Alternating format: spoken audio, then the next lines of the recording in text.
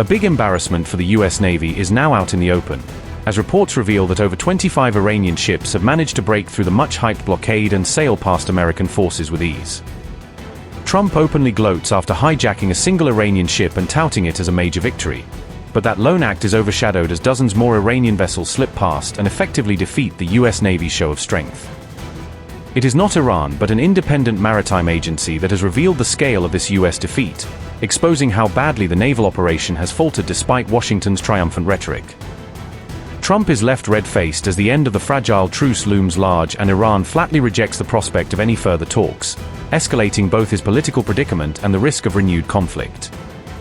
Trump appears trapped in an unwinnable war, as Iran's powerful figure Mujtaba showcases vast underground missile cities, signaling deadly capability and making any easy American victory look increasingly impossible.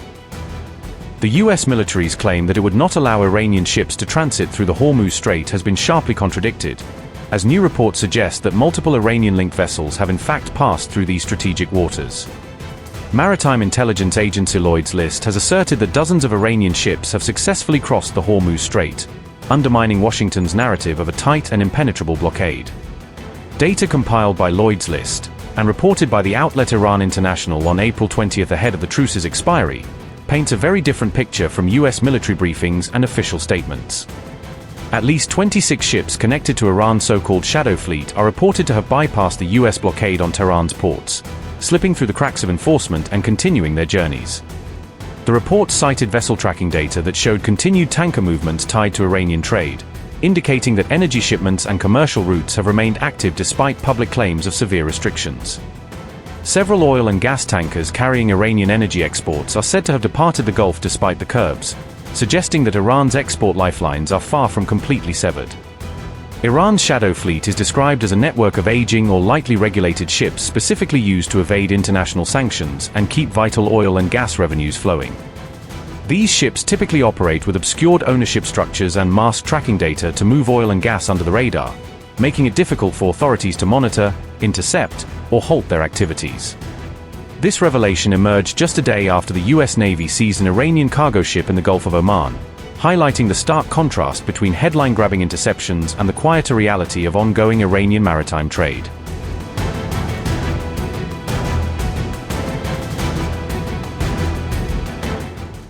An Iranian-flagged vessel reportedly transited the Strait of Hormuz on April 20, despite the ongoing US naval blockade aimed at restricting Iranian maritime traffic.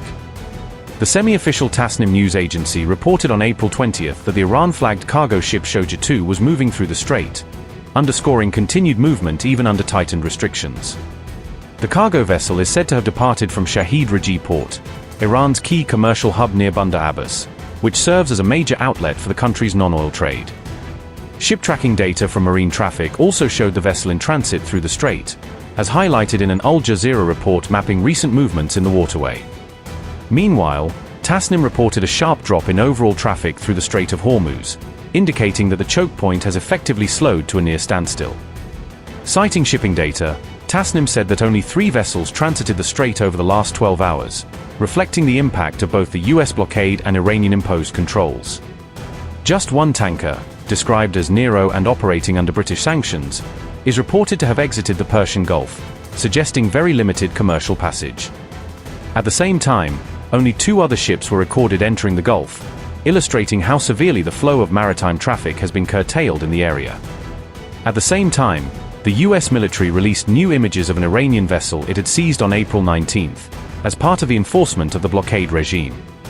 The US military said that Marines searched the cargo aboard the Iranian-flagged vessel Touska after it attempted to violate the blockade, portraying the operation as a key enforcement action.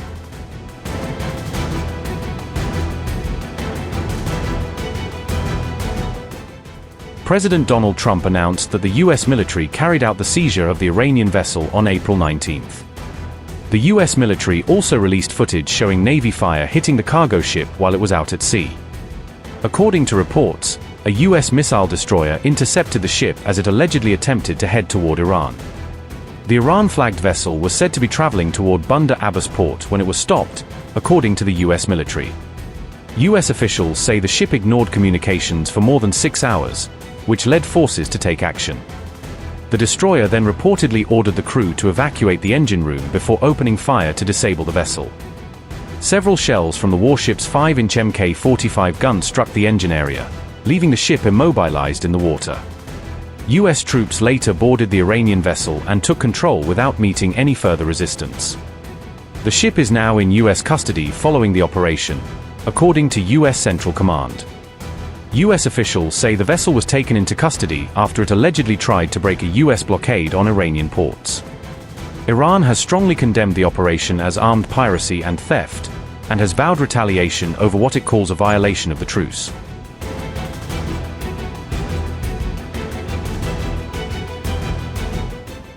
Iran has accused the United States of violating the ceasefire after attacking its cargo vessel in the Gulf of Oman. On April 19th, US forces reportedly fired on the ship, disabling its engine before boarding and seizing it.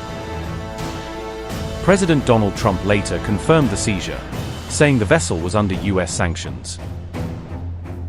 In response, Iranian media said drone attacks were launched targeting US warships operating nearby. Iranian officials described the strikes as direct retaliation for what they called a US act of aggression. Iran strongly condemned the incident and warned that further retaliation against the US would follow. Ibrahim Zulfiqari said, and I quote, "The aggressor United States violated the ceasefire and committed maritime piracy by firing at an Iranian merchant ship in the waters of the Sea of Oman and landing a number of its terrorist marines on the deck of the vessel, disabling its navigation system. We warn that the armed forces of the Islamic Republic of Iran will soon respond to this armed piracy and retaliation by the US Army," unquote.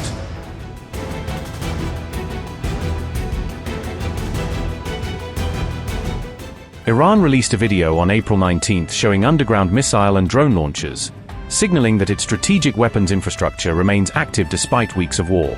The IRGC-linked video portrayed ongoing overhaul and reconstruction work on Iran's missile and drone stockpiles, suggesting Tehran is trying to showcase recovery and resilience during the ceasefire.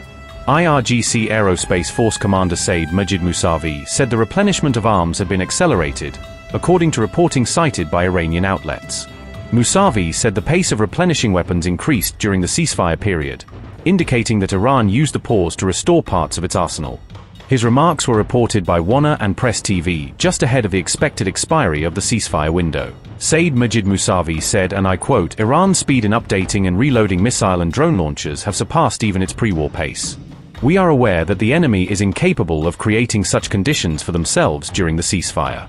Since the ceasefire began on April 11th, the United States has had to bring in ammunition from the other side of the world in a trickle. They have lost this phase of the war as well. They have lost the Strait, they have lost Lebanon, and they have lost the entire region," unquote.